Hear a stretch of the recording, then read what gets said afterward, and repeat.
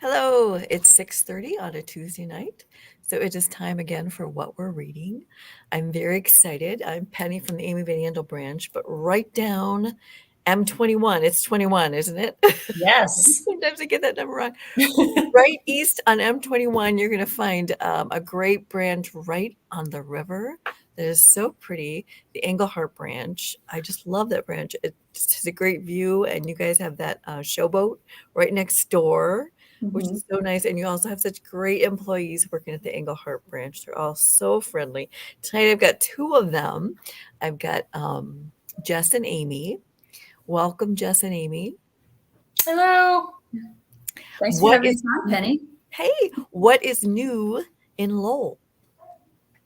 Well, not new, but recurring. I had my Senior Neighbors book club this morning, so I'll be sharing the book that we read for that this evening.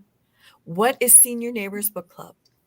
So we have a branch of the Senior Neighbors Senior Center in Lowell. They've got a couple locations throughout Kent County, and I've been doing a monthly book club with them for over 3 years since I started working at the library in Lowell. Oh, And you have the when book the club at their pandemic, place or your place? yes, I used to go over to their place. Okay. And when the pandemic started, we transitioned to having our book discussions over the phone, which has Oh, been a lot more accessible for many of the people who would frequent the center. And we're also able really? to do it a lot more often. We're meeting twice a month now. Oh my goodness. Are you reading two different books?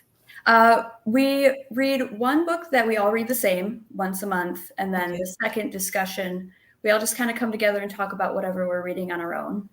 That's so great. Now you do this over the phone. Yes. Now, do you FaceTime or are you just listening No, to each it is other? an old-fashioned phone call. Okay. With how many people typically on the call? Usually 5 or 6. Oh, that is so great. This is a great idea. If anybody out there is looking for a way to connect to, if you've got family members in a nursing home or somebody you haven't seen for a while, what a great idea. You could read the same book and chat over the phone, have a little on the phone book club. I love this. This is fabulous. Amy, you have a big high bar to jump. Have you got anything going on in Lowell? I'm not. Jess is full time and I'm part time, so I split my time between Alto and the Lowell branch. Ooh. So yeah, I have one night that I work at Alto, and then the other 2 days I work at Lowell. So I feel like I'm trying to figure out where am I? What am I supposed to be doing? So what's happening in Alto? Because I know Alto is a tiny little branch. It is also adorable. It's like got a little saloon across the street from it. Yes, the Alto bar. Not a lot happens in Alto. It's usually pretty quiet. I was just helping at an outreach event on Sunday. People may be familiar with the Boulder Ridge Wild Animal Park out in Alto. It's kind of out in the middle of nowhere, but it's a wonderful little park that they have some incredible wild animals that you wouldn't necessarily see even at the John Ball Zoo. So I was out there on Sunday. They were doing their last event of the season before the park closed, and it was a Halloween event. And the kids were coming through with their families, and they were trick-or-treating through the park. So it was a really fun event. I love Boulder Ridge. You go out there and it's cornfield, giraffe. Exactly. It is so amazing. Okay, this is my show, so I have to dial it back in and ask the question. We'll start with Jessica. Jessica, what are you reading? So I just, as I mentioned, finished reading and discussed with my group Khaled Hosseini's And the Mountains Echoed. So he has another title that people might be familiar with, The Kite Runner. That's part of our core collection. And this is a book that he wrote after that one. Now, is that with the same characters from the Kite Runner? Nope. This is a completely new set of characters, a new story. Okay. And this one, he focuses more on, because he's always talking about relationships, familial relationships. And this one, he is focusing on brother-sister relationship. Oh. And does it take place in the same place as Kite Runner? So it actually takes place in a couple different places. So in this story, he, instead of following one or two characters over a long span of their lifetime, which is normally what I would go for, he follows 9 different people. And there's one event that happens in Afghanistan in the early 1950s that kind of sets off all of these other domino effect events that in some way impacts all of these 9 characters. So you get each of their stories as kind of a separate short story, but you get these little tidbits of context clues within that you can start to connect them, and he wraps it all up at the end. Fascinating. Now, from the Kite Runner, I loved it. It's a wonderful book, but it is not exactly a happy, smiley book. And that's exactly what some of my seniors said this morning, is they said, this is not a happy book, but it ends in a satisfying way. You get the connections back that had been severed in the past. And it's such a good reminder that we have it very good in this country. One of them mentioned how grateful they felt reading this to have been born in the United States, but that it's also still important to read stories like this and know that these things are still happening out there in the world. Right. But it's not going to make me want to jump off a bridge. No. Make it to the end, and you'll feel some closure. You'll be okay. Oh, good. But yes, that is very important. Now, he also talks about some LGBTQ issues in Kite Runner. Does any of that stuff come up in this one as well? Yes. Yep. Okay. He does have some of that in here, but I won't spoil that. No. Okay. No, but I love that Hosseini really gets you in touch with not just on the surface level, but he makes his characters complete human beings with you hear their interior thoughts and feelings, and you really build an empathy toward all of his characters, and which is kind of why it makes you want to jump off a cliff sometimes. Because you care about them so much. Yeah. You really do. You grow to care. And I think I've heard people say that book readers have the biggest amount of empathy because of these kind of authors. I think that they get you in touch with other human beings at a level that you can connect to. And I'm talking too much, so I'm going to zip over to Amy. Amy, it's your turn. What are you reading? All right. I am reading, it's a book called Horse Crazy, The Story of a Woman in a World in Love with an Animal. It's by Sarah Maslin-Nier, and she is a staff reporter for the New York Times. But this book, it's a nonfiction book that she wrote. She has been in love with horses pretty much forever. And it was really interesting the way she broke down each chapter was about either a horse that she knew or had known, or about a famous horse like Misty of Chincoteague. Oh, really? So yeah, it was really interesting. I'm a horse lover. It's one of my favorite animals. So that's what intrigued me to pick this up and start reading it. But it wasn't just about her and her love of horses, but it was interesting to read the history of horses and some people who have been involved with training horses. There's a gentleman who they call the horse whisperer, and he has been working with horses since the 60s, and he actually has consulted for Buckingham Palace and for the Queen's horses. And anytime there's a problem, it's like he's kind of the go-to person to call. So it's just been a really interesting piece of history, learning about different horse breeds. And I would highly recommend this to anyone who is interested in horses, who ever collected the Breyer horses like I did. Yeah. So, yeah. All of my library patrons who come in, the little ones, and point me to the horse books. We have so many horse book fans, I think, at the library that we had to make an actual sticker to put on the side of books. Yes. A yellow sticker with a picture of a horse on it. Yes. Look, these books have horses in them.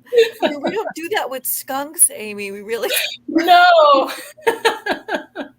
Not even dogs and cats. But we do it with horses. I don't know what it is about horses. So it's just a nonfiction book with separate essays, each about a different horse? Yeah, each chapter was about a different horse, either a horse that she had known personally, or a more famous horse, or a horse breed. So it just went a little bit deeper into, why do people love horses? I love, in the intro, it said, because horses. So all of you who graduated to Grown Up Books, here's the horse book for you. Hold it up one more time, because I lost the author, and it's called Horse Crazy Horse by... Crazy. And her name is Sarah Maslin, and Nier. It's Nir is how her name is spelled. So horse lovers can find that in our catalog. Either one of you have a second book you want to share? Is it okay if I share what I'm reading next? Of course. Okay, so this is a new book out this month, October. It's called Snowflake by Louise Nylon. I have not heard of that. She's an Irish debut author who is receiving a lot of rave reviews comparing her to Sally Rooney, whose new book I had read last month. I got into Normal People last year. The Hulu adaptation came out just as the shutdown started. And I really got into that. So I was anticipating her new book, loved it. And then I started seeing some things going around Library World about this one, Snowflake. And I thought, well, I have to read that one. Yes, of course. So what's it about? It's another coming of age millennial story about people who are just trying to figure themselves out and navigating relationships and just kind of acknowledging how messy that can be sometimes. So I think that's what I liked about Sally Rooney, is that she acknowledges that things are not always hunky-dory. Right. She's more realistic in her characters. Yes. Do you know, are you far enough into it to tell us what the title's all about? I haven't started it yet. This is my reread on deck. But I flipped through really quick to see. I will say one pain point I have with Miss Rooney is she does not punctuate her dialogue. And she doesn't get a lot of criticism for that. But Louise Nylon does. I noticed some quotation marks in there. So very excited to not have to think so much about that. Yay. And Amy, did you have any more you wanted to talk about? I actually am participating in an online book discussion tomorrow, the anti-racism. And this is the book that we will be highlighting tomorrow, A Perilous Path, talking race inequality in the law. And this was basically the written transcription of a dialogue that was held about 1 month into President Trump's presidency. The participants were 4 of the nation's leading advocates for racial justice: Sherilyn Ifill, Loretta Lynch, Brian Stevenson, and Anthony C. Thompson.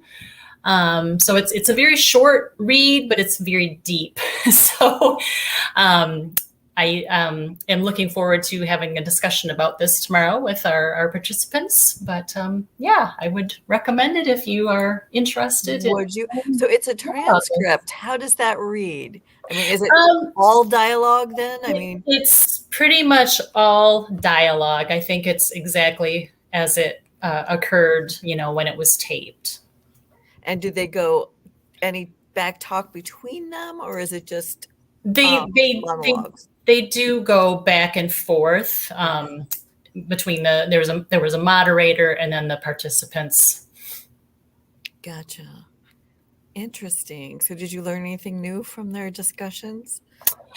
I did. I actually took notes because there were some interesting points that were made, and just trying to follow it all, because I just feel like there's a lot of stuff that I don't know about because of my upbringing, being a Caucasian person. And so, it was really eye-opening.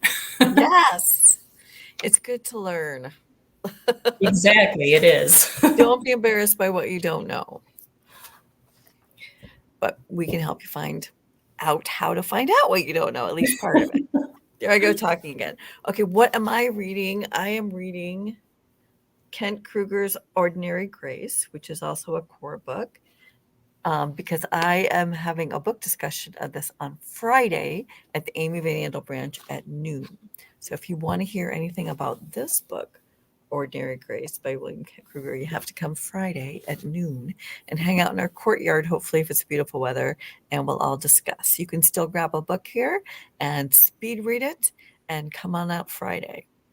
I want to thank Amy and Jessica from coming out from Englehardt to talk about what they're reading, and let you know that next week we're having a special Halloween What We're Reading with Kate and Maria. So you might see some costumes. So join us next Tuesday. And also we're going to be talking next Tuesday about scary books. Do either of you ever read horror? I can't say that I do. Yeah, I read Stephen King's It when I was quite a bit younger, and I think that was the only Stephen King book that I could get through because I have a very vivid imagination, and it just the books stay with you. Yes, too haunting. Well, thanks again for coming. Good night, everybody. Join me again next Tuesday for What We're Reading. Bye.